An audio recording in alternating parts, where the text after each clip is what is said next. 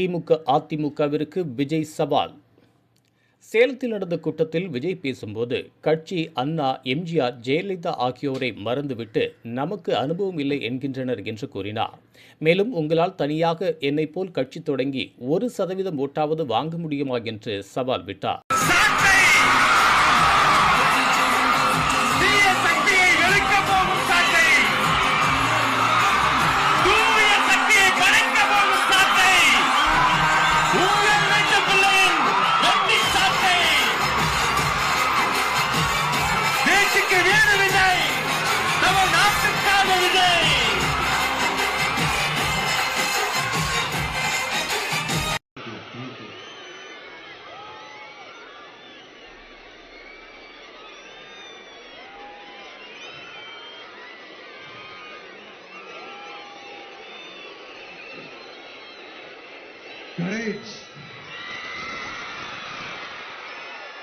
Courage தான் எல்லாத்துக்குமே ஒரு பேஸ்.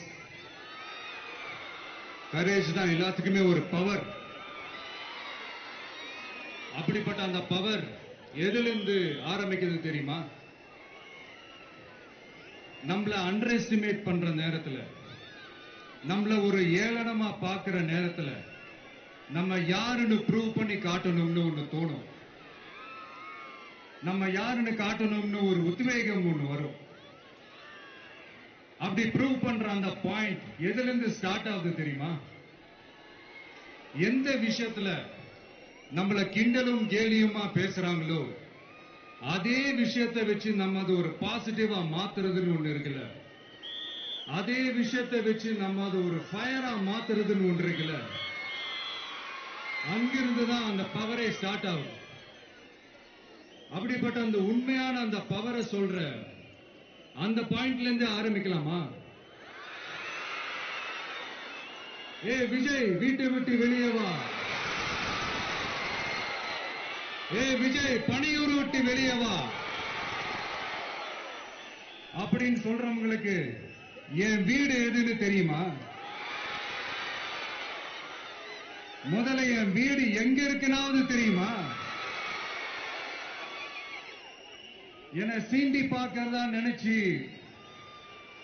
கிண்டலும் கேலியுமா பேசுறவங்களுக்கு நான் சொல்றேன், இந்த தமிழ்நாடு தமிழ்நாடுன்னு சொல்றாங்களே, அது மத்தவங்களுக்கு வேணா ஸ்டேட்டா இருக்கலாம்.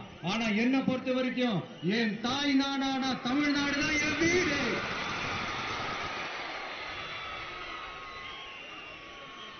என் வீட்டுல மொத்தம் எத்தனை பேர் இருக்காங்க தெரியுமா? 8 கோடி பேர் இருக்காங்க. ஒட்டுமொத்த தமிழ்நாட்டு மக்களும் என் வீட்டு மக்கள், என் குடும்பம், என் உறவு, என் சொந்தம். எனக்கு எல்லாமும் கொடுத்த இந்த 8 கோடி சொந்தங்களுக்கு இனிமே எல்லாமுமா கூட நிக்க போறது இந்த விஜய் மட்டும்தான். தமிழ்நாட்டோட முதல் படை வீரனா, தமிழ்நாட்டோட முதல் பாதுகாவலனா அவங்க கூடவே நிக்கணும்ன்றதுதான் என்னுடைய குறிக்கோள். இன்னைக்கு இந்த விஜய், உங்க விஜய், உங்ககிட்ட ஓட்டு கேட்டு மட்டுமே வரல, உங்ககிட்ட நீதி கேட்டும் வந்திருக்கிற. ஆக்சுவலா உங்களுக்காக நீதி கேட்கறதுக்காக தான் நான் அரசியலுக்கே வந்தேன். ஆனா இன்னைக்கு நான் உங்ககிட்ட நீதி கேட்கறதுக்காக வந்திருக்கிறேன். இந்த விஜய் என்னங்க தப்பு பண்ணா? தன்னை நேசிச்ச தன்னுடைய மக்களுக்காக அரசியலுக்கு வந்தா அது ஒரு தப்பா?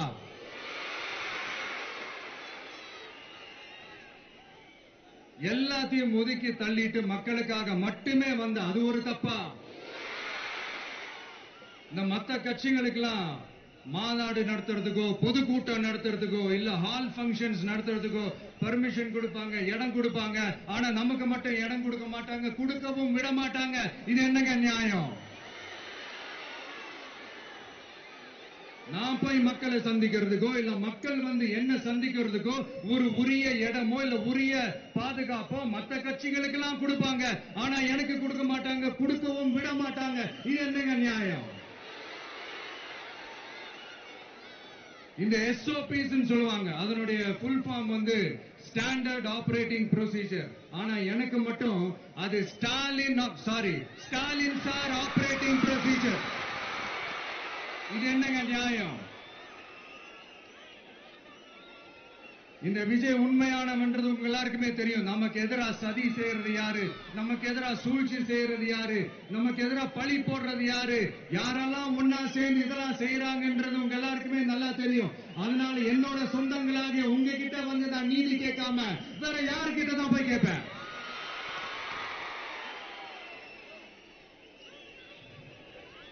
செல்ஃபே எடுக்காத ஒரு கூட்டணி கணக்கு,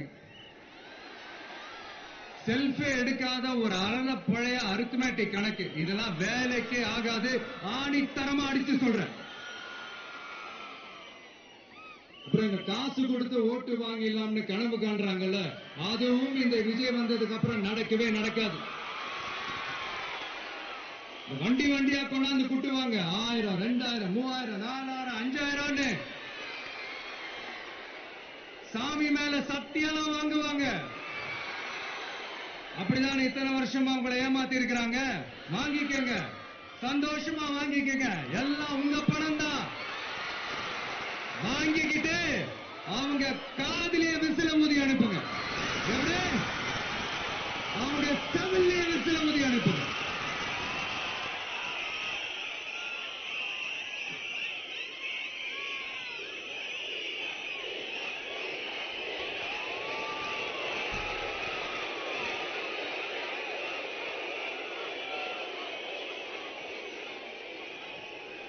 அடுத்து நம்மளுடைய ஜென்சி, அடுத்த இளம் தலைமுறையினருக்கும் நான் சொல்லணும்னு நினைக்கிறேன். இந்த பணத்தை கொடுத்து ஏமாத்தி ஓட்டு வாங்குற அந்த கலாச்சாரம் ஒழியணும். பணத்தை கொடுத்து ஏமாத்தினா ஏமாறுவீங்க. உங்களை தான் கேட்கிறேன். பணத்தை கொடுத்து ஏமாத்தினா ஏமாறுவீங்க. எல்லாரும் கொஞ்சம் கை இப்படி வைங்களேன் எனக்காக. நான் சொல்றதை கொஞ்சம் ரிப்பீட் பண்ணுங்க. எங்க ஓட்டு எங்க உரிமை. எங்களை யாரும் விலைக்கு வாங்க முடியாது. எங்கள் ஓட்டு விசில் சின்னத்துக்கு தான். வேற யாரையும் நம்பி ஏமாற மாட்டோம். தேங்க்யூ. கேட்டுச்சா சார்? இனிமே நீங்க கொள்ளையடிச்சு வச்சிருக்கிற பணம் எல்லாம் வேஸ்டா போகுது. குப்பையில தான் தூக்கி போடணும். உங்களுடைய இந்த ஊழல் ஆட்சியும் மக்கள் குப்பையில தான் தூக்கி போட போறாங்க. அடுத்து ஒவ்வொரு வீட்டில் இருக்கிற என்னுடைய குட்டி நண்பா நண்பீஸுக்கும் ஒன்னு சொல்லணும்னு நினைக்கிறேன். வீட்டுல டிவியில உட்கார்ந்து இந்த பிரச்சார மீட்டிங் எல்லாம் பார்த்துட்டு இருப்பீங்க. உங்களையும் உங்களுடைய ஃபியூச்சரையும் மைண்ட்ல வச்சுக்கிட்டு தான் நாம அரசியலுக்கே வந்திருக்கிறோம். அதனால எனக்காக நீங்க ஒண்ணு செய்யணும். தொடர்ந்து செஞ்சுக்கிட்டு தான் இருக்கிறீங்க. நான் நிறைய கியூட்டான வீடியோஸ்லாம் நான் பார்க்கிறேன். லைக் உங்க அம்மா அப்பா கிட்ட மைக்க நீட்டி யாருக்கு ஓட்டு போடுவீங்கன்னு கேட்டா பின்னாடி இருந்த அந்த பையன், அம்மா விஜய்னு சொல்லுமா, அப்பா விஜய்னு சொல்லுப்பா அப்படின்னு நிறைய அந்த கியூட்டான வீடியோஸ் எல்லாம் பாக்குறேன். அதை தொடர்ந்து தயவு செஞ்சு அதை தொடர்ந்து கண்டினியூ பண்ணுங்க. உங்க வீட்டுல இருக்கிற உங்களுடைய அப்பா அம்மா தாத்தா பாட்டி பெரியப்பா பெரியப்பா சித்தி சித்தப்பா அத்தை மாமா ஓட்டு போடுற வயசுல இருக்கிற அண்ணன் அக்கா எல்லாரையும் விசில் சின்னத்துக்கு ஓட்டு போட சொல்லுங்க. விசில் சின்னத்துக்கு ஓட்டு போட வைங்க.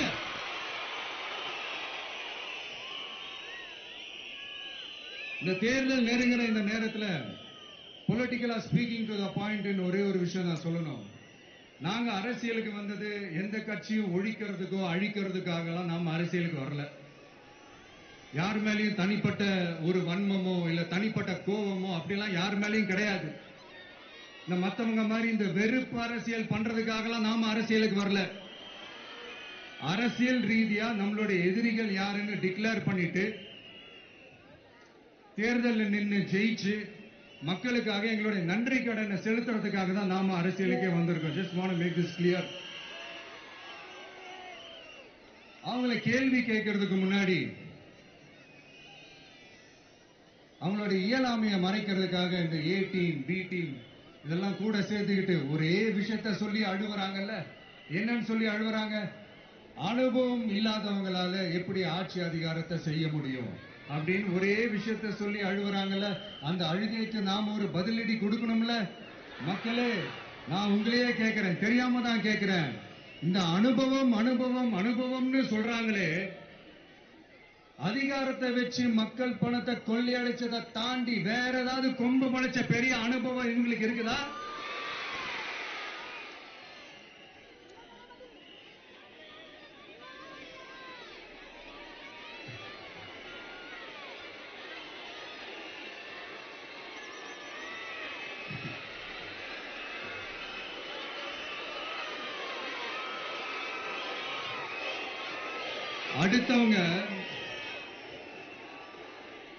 அடுத்தவங்க ஆரம்பிச்ச அரசியல் கட்சியில, அடுத்தவங்களுடைய அட்ரஸ்ல அரசியல்வாதிகளா இருந்துட்டு இருக்கிற இவங்க எல்லாருக்கும் ஒரு சவால்.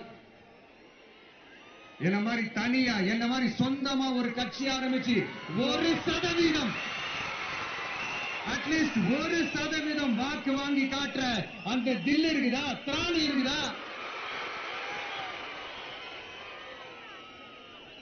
30 வருஷமா மக்கள் இயக்கமா இருந்து இன்னைக்கு மிகப்பெரிய ஒரு அரசியல் கட்சியா வளர்ந்து இந்த கூட்டணி கட்சிகள் மட்டுமே நம்பி இருக்கிற 75 வருஷ கட்சி, 50 வருஷ கட்சின்னு இன்னைக்கு ஆட்சி அதிகாரத்தில் இருந்துட்டு இருக்கிற இவங்க எல்லாரையும் மீறி இன்னைக்கு களத்துல தனியா நின்னு இந்த 2 வருஷத்துல முதன்மை சக்தியா வளர்ந்து 30% தாண்டி இன்னைக்கு மக்கள் ஆதரவை பெற்றிருக்கிற நமக்கு அனுபவம் இல்லையா?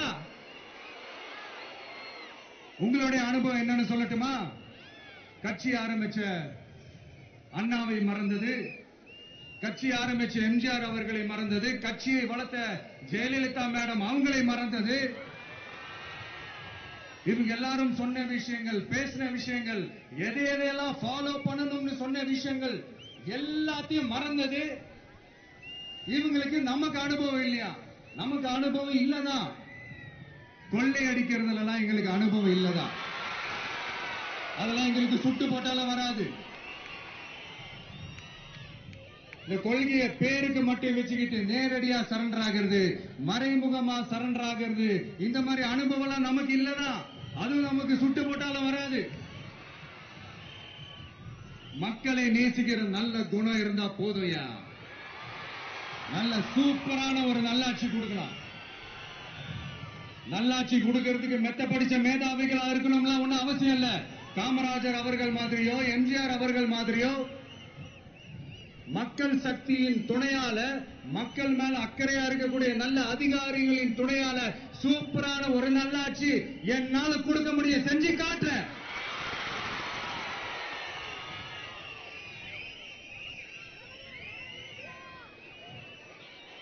நாலரை வருஷம் ஆச்சு, 4.25 வருஷத்துக்கு மேல ஆகுது.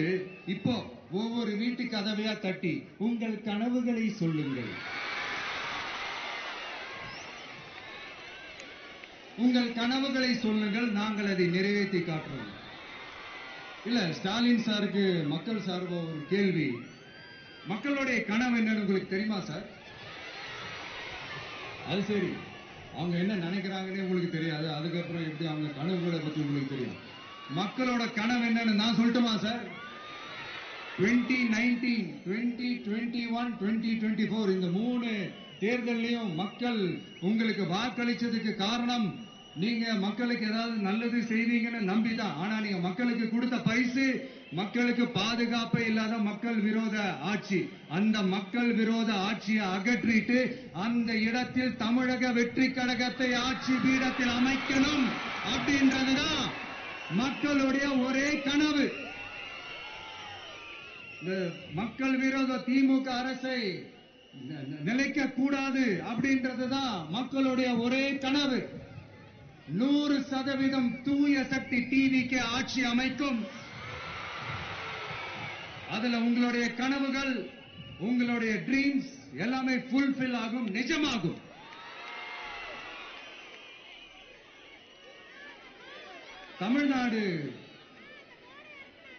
எப்பவுமே டெல்லிக்கு அவுட் ஆஃப் கண்ட்ரோல் அப்படின்ட்டு ஸ்டாலின் சார் அடிக்கடி சொல்லுவாங்க. ஸ்டாலின் சார் எது எதுலலாம் அவுட் ஆஃப் கண்ட்ரோல் இப்ப நான் கொஞ்சம் சொல்லட்டுமா? முதல்ல சட்டம் ஒழுங்கெல்லாம் அவுட் ஆஃப் கண்ட்ரோல்,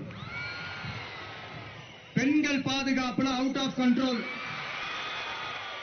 இளைஞர்கள் வேலை வாய்ப்புல அவுட் ஆஃப் கண்ட்ரோல், மொத்தத்தில் அவரோட ஆட்சியே ஒரு அவுட் ஆஃப் கண்ட்ரோல். இந்த வருஷம் பிகினிங்ல சட்டசபையில பேசும்போது சொல்றாங்க, மக்கள் எல்லாரும் ரொம்ப மகிழ்ச்சியா இருக்கிறாங்க, அதனால நானும் ரொம்ப மகிழ்ச்சியா இருக்கிறேன் அப்படின்னு. மக்கள் சந்தோஷமா இருக்கிறத பார்க்கிறது கூட ஒரு சந்தோஷம் தான் சார், அது யாரும் இல்லைன்னு சொல்லல. அப்படி உண்மையிலேயே மக்கள் உண்மையிலேயே சந்தோஷமா இருக்கிறாங்க அப்படின்னா ஏன் சார் விவசாயிகள் போராட்டம் நடக்குது? ஏன் சார் மீனவர்கள் போராட்டம் நடக்குது? ஏன் தொழிலாளர்கள் போராட்டம் நடக்குது? தூய்மை பணியாளர்கள் போராட்டம் ஏன் நடக்குது? அங்கன்வாடி ஊழியர்கள் போராட்டம், செவிலியர்கள் போராட்டம், மருத்துவர்கள் போராட்டம், மாற்றுத்திறனாளிகள் போராட்டம், அரசு ஊழியர்கள் போராட்டம், ஆசிரியர்கள் போராட்டம், இடைநிலை ஆசிரியர்கள் போராட்டம், பகுதி நேர ஆசிரியர்கள் போராட்டம். இதெல்லாம் உங்க ஆட்சியில மக்கள் மகிழ்ச்சியா இருக்காங்கன்றதுக்காக நடக்கிற போராட்டமா சார்?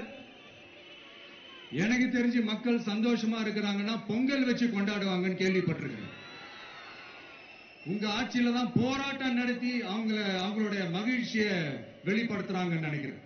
இன்னும் தீரவே தீராத பிரச்சனைகள்னா இருக்கிற இடம் பிரச்சனை, பார்க்கிற வேலை பிரச்சனை, பண்ற தொழில் பிரச்சனை, விலைவாசி பிரச்சனை, தண்ணி பிரச்சனை, பஸ் வசதி இல்லைன்ற பிரச்சனை, ரோடு சரியில்லைன்ற பிரச்சனை, ஆஸ்பத்திரி சரியா இல்லைன்ற பிரச்சனை. இப்படி எல்லாம் ஒரு அடிப்படை விஷயங்களே பிரச்சனையா இருந்தா அப்ப ஆளுங்கட்சின்னு ஒண்ணு எதுக்குதான் இருக்கிறாங்க அப்படின்னு தானே மனசுல தோணும் மக்களுக்கு. ஆட்சிக்கு வர்றதுக்கு முன்னாடி தான் பொய்யா அடிச்சு விட்டீங்க, இப்ப ஆட்சியை விட்டு போகும்போது கூட பொய்யா பேசுறீங்களே சார், என்ன சார் இது? மாத்தி மாத்தி பேசுறதுல நீங்க வேற லெவல் தான் சார். ஆட்சிக்கு வந்த அடுத்த வருஷமே 2022ல 70% வாக்குறுதிகளை நிறைவேற்றிட்டோம்னு சொன்னாங்க. அப்புறம் போன வருஷம் 90% வாக்குறுதிகளை நிறைவேற்றிட்டோம்னு சொன்னாங்க. அப்புறம் இந்த வருஷம் 505 வாக்குறுதிகளை 404 வாக்குறுதிகளை நிறைவேற்றிட்டோம், கிட்டத்தட்ட ஒரு 80% வாக்குறுதிகளை நிறைவேற்றிட்டோம்னு சொன்னாங்க. முதல்ல 70, அப்புறம் 90, அப்புறம் 80. இன்னும் தேர்தல் நெருங்க அது 60, 50, 40, 30, 20ல போய் நிக்கும் நினைக்கிறேன். அதையும் அவரே அறிவிப்பாரா என்னமோ எனக்கு தெரியல. முதல்வர் ஸ்டைலியே சொல்லணும்னா, பொய்யிலேயே பிறந்து பொய்யிலேயே வளர்ந்த புலவர் பெருமானே, கொஞ்சம் அத திருத்தி சொல்றேன், புலுகர் பெருமானே. அது இன்னும் பொருத்தமா இருக்கு. அவருடைய அண்ட புழுகு, ஆகாச புழுகு என்ன தெரியுமா? பெண்களுக்கு பாதுகாப்பு தமிழ்நாட்டில் எங்க போனாலும் கொட்டி கிடக்குதான். அப்படி அது உண்மைனா அண்ணா யூனிவர்சிட்டி அந்த பொண்ணுக்கு ஏன் சார் அப்படி ஒரு கொடுமை நடந்துச்சு? கோவை கல்லூரி பெண்ணுக்கு ஏன் சார் அப்படி ஒரு கொடுமை நடந்துச்சு? பெண் குழந்தைகள் பாதிக்கப்படுறதா கிட்டத்தட்ட 1000க்கும் மேலான போக்சோ கேசுகள் ஏன் சார் பதிவானுச்சு? போதைப் பொருள் கலாச்சாரம் கண்ட்ரோலே இல்லாம அது பாட்டுக்கு தாறுமாற எங்கேயோ போய்கிட்டு இருக்கு. வயலன்ஸ் எல்லாம் தலைவிரிச்சு ஆடுது. அதுக்கு ஒரு ரீசெண்ட் எக்ஸாம்பிள், அந்த ரயில்வே ஸ்டேஷன்ல அந்த சிறுவர்கள் எல்லாரும் சேர்ந்து செஞ்ச அந்த சம்பவம். சட்டம் ஒழுங்கு சரியா இருந்தா ஏன் சார் இப்படி எல்லாம் நடக்குது? சட்டம் ஒழுங்கு சரியா இருக்கணும்னா முதல்ல தமிழ்நாட்டுக்கு ஒரு டிஜிபி வேணும் சார். எங்க சார் போனார் அவரு? எங்க அவரு? சும்மா இந்த ஆக்டிங் ஆபீசரை வச்சுக்கிட்டு அரசாங்கத்தை நடத்துனீங்கன்னா இப்படிதான் சட்டம் ஒழுங்கு சந்தி சிரிக்கும். முதல்ல தமிழ்நாட்டுக்கு ஒரு டிஜிபியை போடுங்க சார். அதுக்கப்புறமாச்சும் சட்டம் ஒழுங்கு சரியாகுதான்னு பார்ப்போம். சரிப்பா, கேள்வியா கேட்கிறிய, நீ வந்தா என்ன செய்வ அதானே கேட்கறீங்க. கரெக்ட், கேட்கணும். மக்களோட அடிப்படை தேவைகளை தீர்க்கிறது தான் நம்மளுடைய ஃபர்ஸ்ட் வேலையே. அதை தீர்க்கிறதுக்கான அந்த தேடி போறது, அதோட சொல்யூஷனை தேடி போறது தான் நம்மளுடைய ஃபர்ஸ்ட் அஜெண்டாவே. கொஞ்சம் வெயிட் பண்ணுங்க, தேர்தல் அறிக்கை ரெடி ஆயிட்டு இருக்கு. தெளிவான ஒரு தேர்தல் அறிக்கையாவது வரும். என்ன நம்புற உங்களை நான் டிசப்பாயிண்ட் பண்ணவே மாட்டேன்.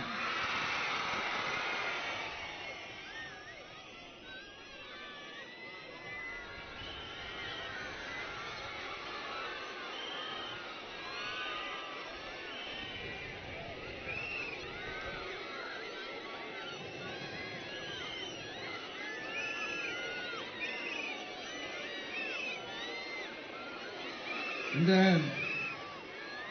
சும்மா ஆட்சிக்கு வரணும்ன்றதுக்காக இந்த நடைமுறைக்கு சாத்தியமே இல்லாத இந்த மாதிரி விஷயங்கள் எல்லாம் வாக்குறுதிகளை நான் என்னைக்குமே கொடுக்கவே மாட்டேன். அதே மாதிரி ஆட்சிக்கு வந்ததுக்கு அப்புறம் கூட அவங்க அது தரல இவங்க இது தரல அப்படின்லாம் பம்மிக்கிட்டு இல்லாம உங்களுக்காக எந்த எக்ஸ்ட்ரீமுக்கும் போய் நான் போராடவும் தயாரா இருக்கிறேன். அதனால நான் மறுபடியும் இதை நான் ரிப்பீட் பண்றேன். இவ்வளவு நாள் இதை நான் மட்டும் தான் சொல்லிக்கிட்டு இருந்தேன். இப்ப களமே சொல்லுது, 2 பேருக்கு நடுவுல தான் போட்டியே.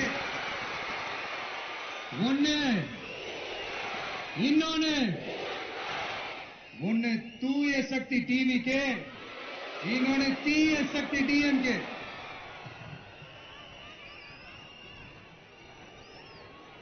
இப்ப நம்ம இந்த எலெக்ஷன் விஷயத்துக்கு வருவோம். விஜய் என்னப்பா இவரை மட்டும் தான் எதிர்க்கிறாரு, இவங்களை எதிர்க்க மாட்டேன்றாரு, அவங்கள பத்தி எதுவுமே சொல்ல மாட்டேங்கிறாரு. இல்ல நான் கேட்கிறேன், இது யாருக்கான எலெக்ஷன்? தமிழ்நாடு சட்டசபைக்கான ஒரு தேர்தல். இப்ப இங்க யார் ஆட்சியில் இருக்கிறா? யாரு பொய்யா வாக்குறுதிகளை கொடுத்து மக்களை ஏமாத்துறது? யாரு மக்கள் விரோத ஆட்சியை நடத்துறது? அப்ப இங்க யாரை அகற்றணும்? இந்த மக்கள் விரோத திமுக அரசை அகற்றணும்னா நம்ம யாரை எதிர்க்கணும்? எதுக்கு தேவையில்லாம பல முறை மக்கள் ஆல்ரெடி டிலீட் பண்ணவங்களை எதுக்கு நம்மளுடைய கான்சென்ட்ரேஷன், நம்மளுடைய டார்கெட் திமுகன்றப்போ டார்க்னஸ் குள்ள எதுக்கு கல்லெறியணும்? இங்க மக்களை விரும்புற விஜய் வேணுமா, இல்ல மக்கள் விரோத ஆட்சி நடத்துற ஸ்டாலின் சார் வேணுமா? அவ்வளவுதான் இந்த தேர்தலே.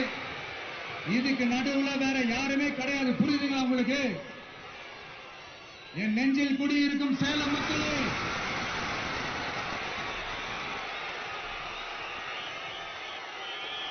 One last simple question. Vijaya நம்புறீங்களா, ஸ்டாலின் சார நம்புறீங்களா? அவ்வளவுதான், முடிஞ்சு போச்சு. கதம் கதம். போர் முழக்கம் உங்களை ஒரு நிமிஷம் கூட தூங்க விடாது. இந்த போன லாஸ்ட் வீக் இந்த டிஎன்பிஎஸ்சி இந்த எக்ஸாம்ஸ், இந்த குரூப் 2 எக்ஸாம்ஸ் அதை அனௌன்ஸ் பண்ணிட்டு உடனே அதை கேன்சல் பண்ணிட்டாங்க. இது உலகத்துக்கு எல்லாருக்கும் தெரியும். கேன்சல் பண்ணிட்டு ரொம்ப சிம்பிளா டெக்னாலஜி ஏதோ சம் ஃபால்ட், டெக்னிக்கல் ஃபால்ட் அப்படின்னு சொல்லி அதை கடந்து போயிட்டாங்க. இத்தனை வருஷமா ராத்திரி பகலமா கஷ்டப்பட்டு படிச்சு எப்படியாவது நமக்கு அந்த வேலை கிடைக்காதான்னு அந்த எக்ஸாம்ஸை ஃபேஸ் பண்ண வந்த நம்மளுடைய தம்பி தங்கைகள் எவ்வளவு ஒரு மன உளைச்சலுக்கு ஆளாயிருப்பாங்க. அதை யாராவது யோசிச்சு பாத்தீங்களா? ஒரு எக்ஸாம்ஸ் ஒழுங்கா நடத்த தெரியல, இதுல உலக நாடுகளோட போட்டி போடுறாங்களாம்.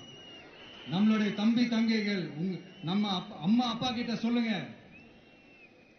யாரும் தைரியம், எல்லாரும் தைரியமா இருங்க. வரப்போறது உங்க ஆட்சி, நம்ம ஆட்சி.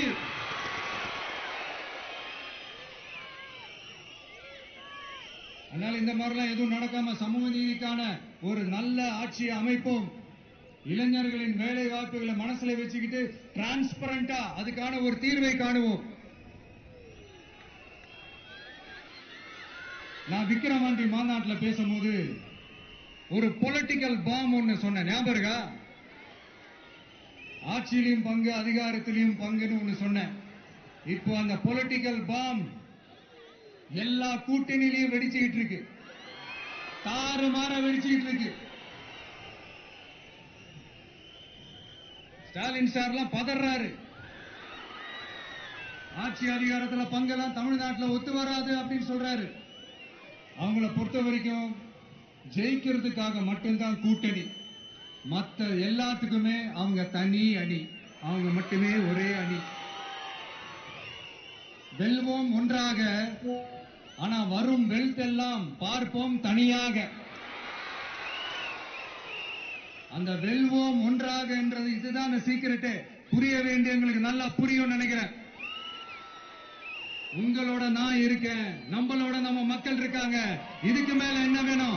கான்பிடென்டா இருங்க, நல்லதே நடக்கும், வெற்றி நிச்சயம். மீண்டும் சந்திக்கும் வரை நன்றி, வணக்கம். இது போன்ற உள்ளூர் செய்திகள், மாநில செய்திகள் மற்றும் பயனுள்ள தகவல்களை உடனுக்குடன் தெரிந்து கொள்ள GST ஆன்லைன் மீடியாவை இலவசமாக சப்ஸ்கிரைப் செய்து கொள்ளுங்கள்.